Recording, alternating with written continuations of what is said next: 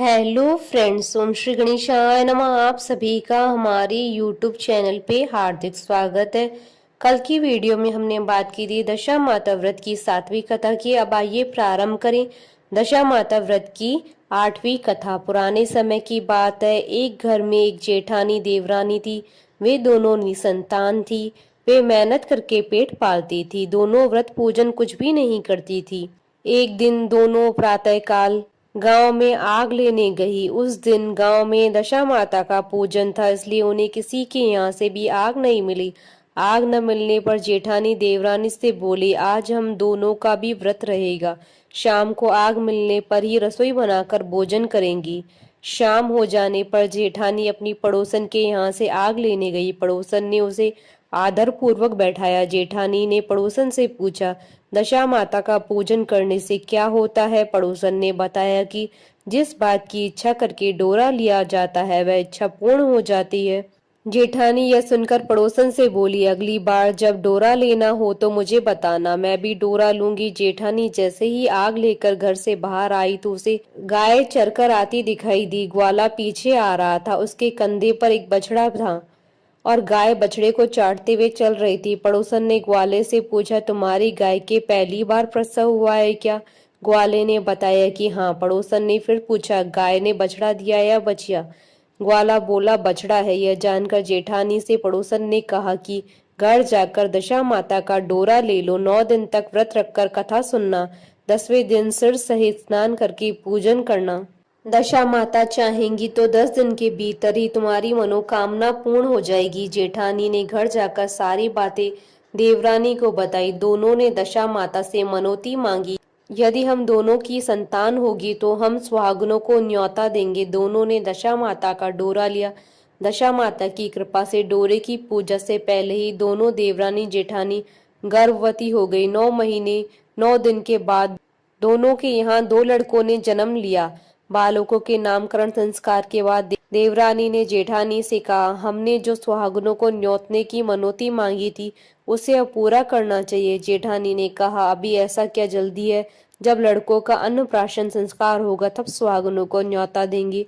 जब लड़कों का अन्नप्राशन संस्कार हुआ तब देवरानी ने जेठानी से सुहागनों को न्योतने की बात कही, परंतु जेठानी ने बात को टाल दिया और कहा कि लड़कों के मुंडन संस्कार पर सुहागनों को न्योता देंगे। होते होते कुछ समय बाद लड़कों का मुंडन संस्कार भी हो गया। देवरानी ने जेठानी को सुहागनों के न्योतने की बात कही। जेठानी बोली, लड़कों की सगाई के समय सुहागनें न्योतने जाएंगी। लड़के बड़े हो गए, उनकी सगाई भी हो गई, परंतु जेठानी ने अब की बार भी सुहागनें नहीं न्योती।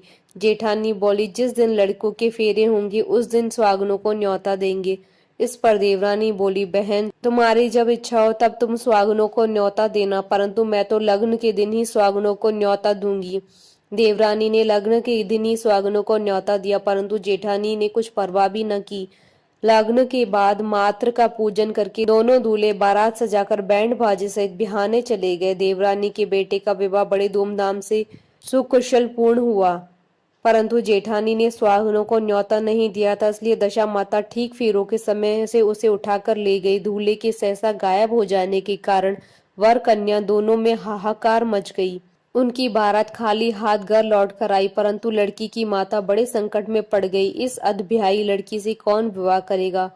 पड़ोस की चतुर सुहागनों ने लड़की की माता को समझाया कि ब्याह का जो सामान बचा है उस सामान को लड़की के हवाले कर दिया जाए। लड़की भिखारियों को सदाव्रत देने लगी। एक दिन एक साधु तीर्थ यात्रा करता हुआ वहां आया। गांव से घने जंगल में एक पीपल का पेड़ था। लोग इस पीपल के पेड़ को पारस पीपल कहते थे। उसी पेड़ पर दशा माता का निवास था। साधु चलता चलता शाम को उसी पेड़ के नीचे ठहर गया।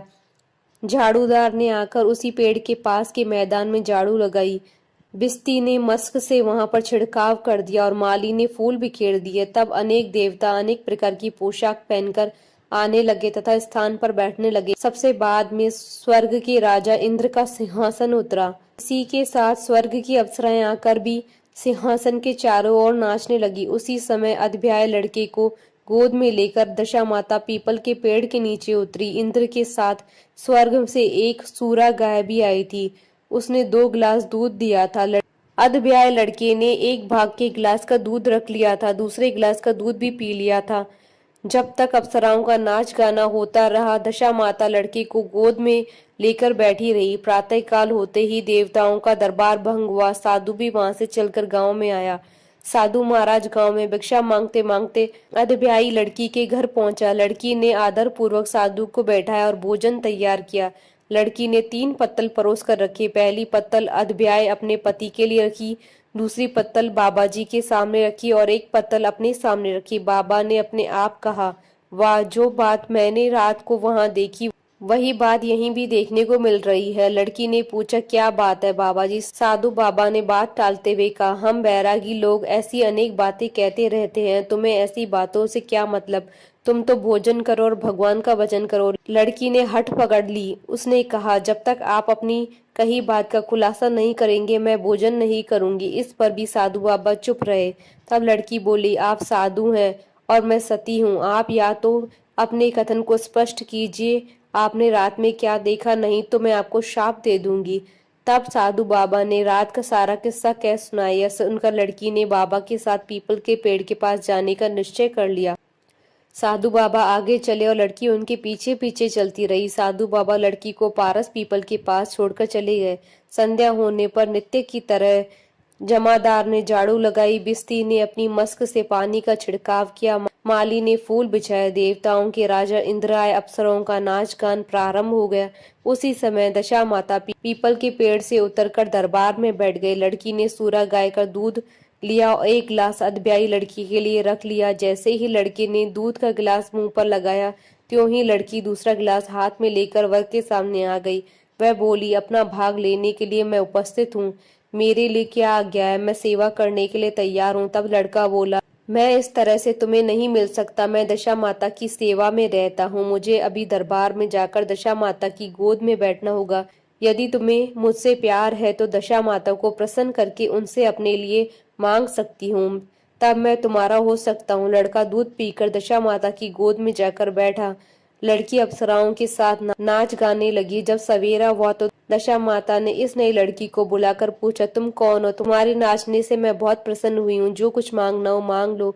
लड़की ने दशा माता से वचन ले लिया कि मैं जो कुछ भी मांगूंगी वह आप मुझे प्रदान करेंगी। तथास्तु कहने के बाद लड़की ने दशा माता से अपने पति को पकड़कर कहा, मुझे यही चाहिए। दशा माता ने कहा, तूने मांगा तो बहुत, परंतु मैं वचन दे चुकी हूँ, इसी कारण मैं तेरे पति को तुझे वापस देती हूँ। राजा इंद्र ने पूछा कि भगवती, यह सब क्या राज है? मैं इस राज को जानना चाहता हूँ। तब दशा माता ने बताया कि यह लड़का मेरे वरदान से ही प्राप्त हुआ है और उसकी माता ने मनौती मांगी थी कि लड़का पैदा होने पर सुहागनों को न्योता दूंगी, परंतु उसने अभी तक अपना वचन पूरा नहीं किया। इस कारण मैं इस लड़के को विवाह मंडप से उठा लाई थी। यह लड़की उसकी अध्यायी पत्नी और पतिव्रता है। पतिव्रता होने के कारण यह देव समाज में पहुंचकर मुझसे अपना पति मांग रही है। दशा माता के ऐसे वचन सुनकर इंद्र सहित सब देवताओं ने वर वधू के ऊपर पुष्प की वर्षा की। तब तक साधु बाबा भी वहां पर आ गए। साधु बाबा दूल्हा और दुल्हन को साथ लेकर गांव की ओर चल पड़े। जब ये तीनों गांव के समीप पहुंचे तो गांव वालों ने दूल्हा दुल्हन को देखकर लड़की के पिता को सूचना दी कि तुम्हारी पुत्री अपने दूल्हे के साथ आ रही है। जिस दिन से लड़की चली गई थी उसके पिता ने लोकाहास के डर से बाहर निकलना बंद कर दिया था। गांव वालों की यह बात सुनकर उसने घर के किवाड़ बंद कर लिए। उसने समझा कि लड़की साधु बाबा के साथ आ रही होगी, इसलिए लोग मेरा उपहास कर रहे हैं। जब गांव के गणमान्य व्यक्तियों ने भी वही बात बताई तब उसने किवाड़ खोले और बाहर निकला। जब उसने सचमुच अपने द्वार पर लड़की और दामाद को खड़े देखा तो उसकी प्रसन्नता का ठिकाना न रहा। लड़की के पिता ने इस खुशी के मौके पर बहुत दान पुण्य किया और फिर से विवाह की तैयारियां की। लड़की ने अपनी माता से कहा कि इस तरह से विवाह नहीं होगा, पहले दूल्हे की माता सुहागनों को न्योता देकर बारात लेकर आए, तब भी विवाह के नेक पूरे किए जाएं। लड़की के पिता ने लड़के के घर खबर भेजी। लड़के की मां ने पहले सुहागनों को न्योता दिया, तब बारात चली। बड़ी धूमधाम से विवाह हुआ। वर वधू दोनों अपने घर पर आ गए। वधू की खुशी में लड़की की माता ने दोबारा सुहागनों को न्योता दिया। उसी समय से विवाह के दिन वर के घर सुहागनों को न्योतने की प्रथा चली आ रही है। दशा माता ने जिस तरह सती की दशा बदली वैसे वह सब पर कल्याण करे। बोलिए दशा माता की जय। आशा करती हूँ कि आपको दशा माता व्रत की 8वीं कथा का ये वीडियो पसंद आया होगा, तो आप इस वीडियो को अधिक से अधिक लाइक और शेयर कीजिएगा ताकि सभी भक्तों को इस वीडियो का लाभ प्राप्त हो सके। आप हमारे चैनल को सब्सक्राइब जरूर कीजिएगा अगर अब तक नहीं किया है तो, ताकि आप और हम कनेक्टेड रहें। साथ ही प्रेस करना ना भूलिएगा बेल आइकन को, जिससे नए वीडियो से रिलेटेड नोटिफिकेशन आपको तुरंत प्राप्त हो सके। ओम श्री गणेशाय नमः।